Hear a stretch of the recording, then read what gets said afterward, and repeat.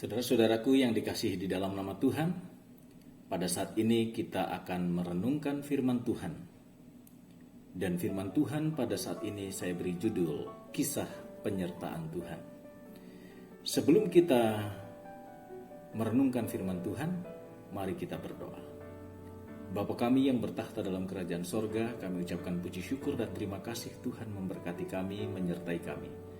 Saat ini kami akan merenungkan firman-Mu, kiranya Engkau urapi kami dengan kuasa Roh Kudus-Mu, sehingga kami boleh setia kepada Tuhan. Ampuni kami dari dosa dan pelanggaran kami, dalam nama Tuhan Yesus kami berdoa dan mengucap syukur. Amin. Saudara-saudara yang dikasihi di dalam nama Tuhan, saat ini kita akan merenungkan firman Tuhan yang saya ambil dari buku Hakim-Hakim pasal 6. Dan jika kita membaca Hakim-Hakim pasal 6 ayat 16, firman Tuhan berkata, "Tetapi akulah yang menyertai engkau, sebab itu engkau akan memukul kalah orang Midian itu sampai habis." Apa latar belakang daripada kisah ini? Kisah ini mempunyai latar belakang adalah bangsa Israel yang sedang dalam masa yang amat sulit. Bahkan sangat terpuruk karena dijajah oleh orang-orang Midian yang sangat kejam menindas mereka selama 7 tahun. Dan mengapa ini bisa terjadi? Apakah Tuhan tidak sanggup membebaskan mereka, bangsa Israel ini, dari penindasan orang-orang Midian? Bangsa Israel kenapa harus mengalami penderitaan? Bahkan sangat melarat. Mereka sangat tertindas oleh perbuatan orang Midian itu jika kita membaca di dalam Hakim-Hakim 6 ayat 6. Dan Tuhan mengizinkan hal ini terjadi oleh karena orang Israel melakukan apa yang jahat di mata Tuhan. Jadi ini adalah sebuah konsekuensi dari ketidaksetiaan kepada Tuhan. Tuhan menyerahkan mereka ke tangan orang Midian. Tuhan izinkan mereka hidup menderita.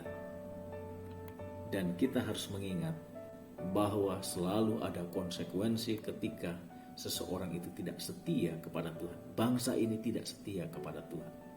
Bangsa Israel mengalami ketakutan yang sangat luar biasa. Sampai mereka harus bersembunyi di goa-goa.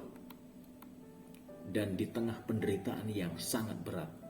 Akhirnya mereka berseru, bangsa Israel itu berseru kepada Tuhan.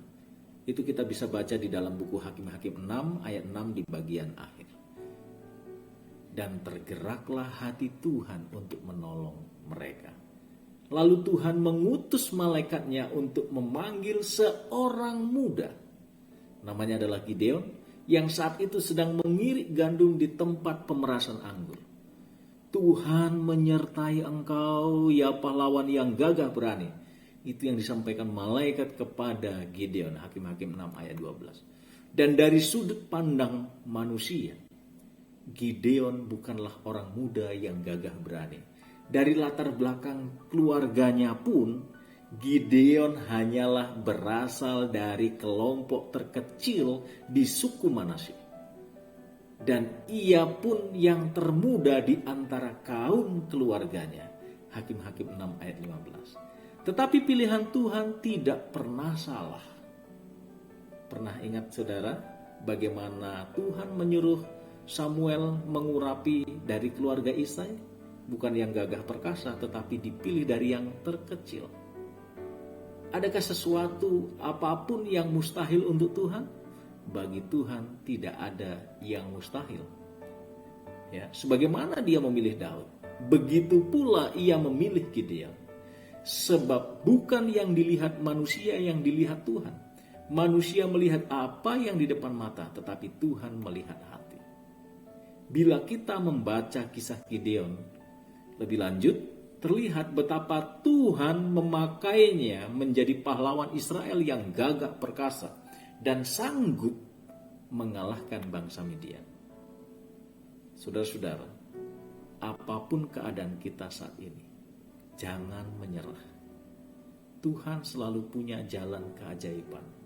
Dia sanggup mengubahkan segala sesuatu dari keterpurukan menjadi kemenangan, yang tak mungkin menjadi mungkin.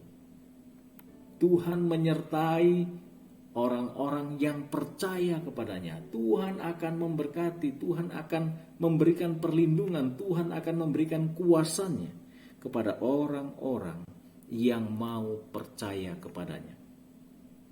Kuasa Tuhan tidak terbatas, berbeda dengan manusia. Jangan pernah menyerah menghadapi hidup ini. Tetaplah setia kepada Tuhan. Walaupun kelihatannya kita sedang tertindas, tetapi ketika kita berseru kepada Tuhan, hidup setia kepada Tuhan, maka Tuhan akan bertindak. Tidak ada yang mustahil bagi Tuhan. Dan Gideon dengan pasukan yang sedikit, hanya 300 orang, bisa mengalahkan beribu-ribu orang Midian. Semua oleh karena kuasa Tuhan. Inilah renungan yang saya bisa bagikan pada saat ini. Kiranya Tuhan memberkati kita. Amin.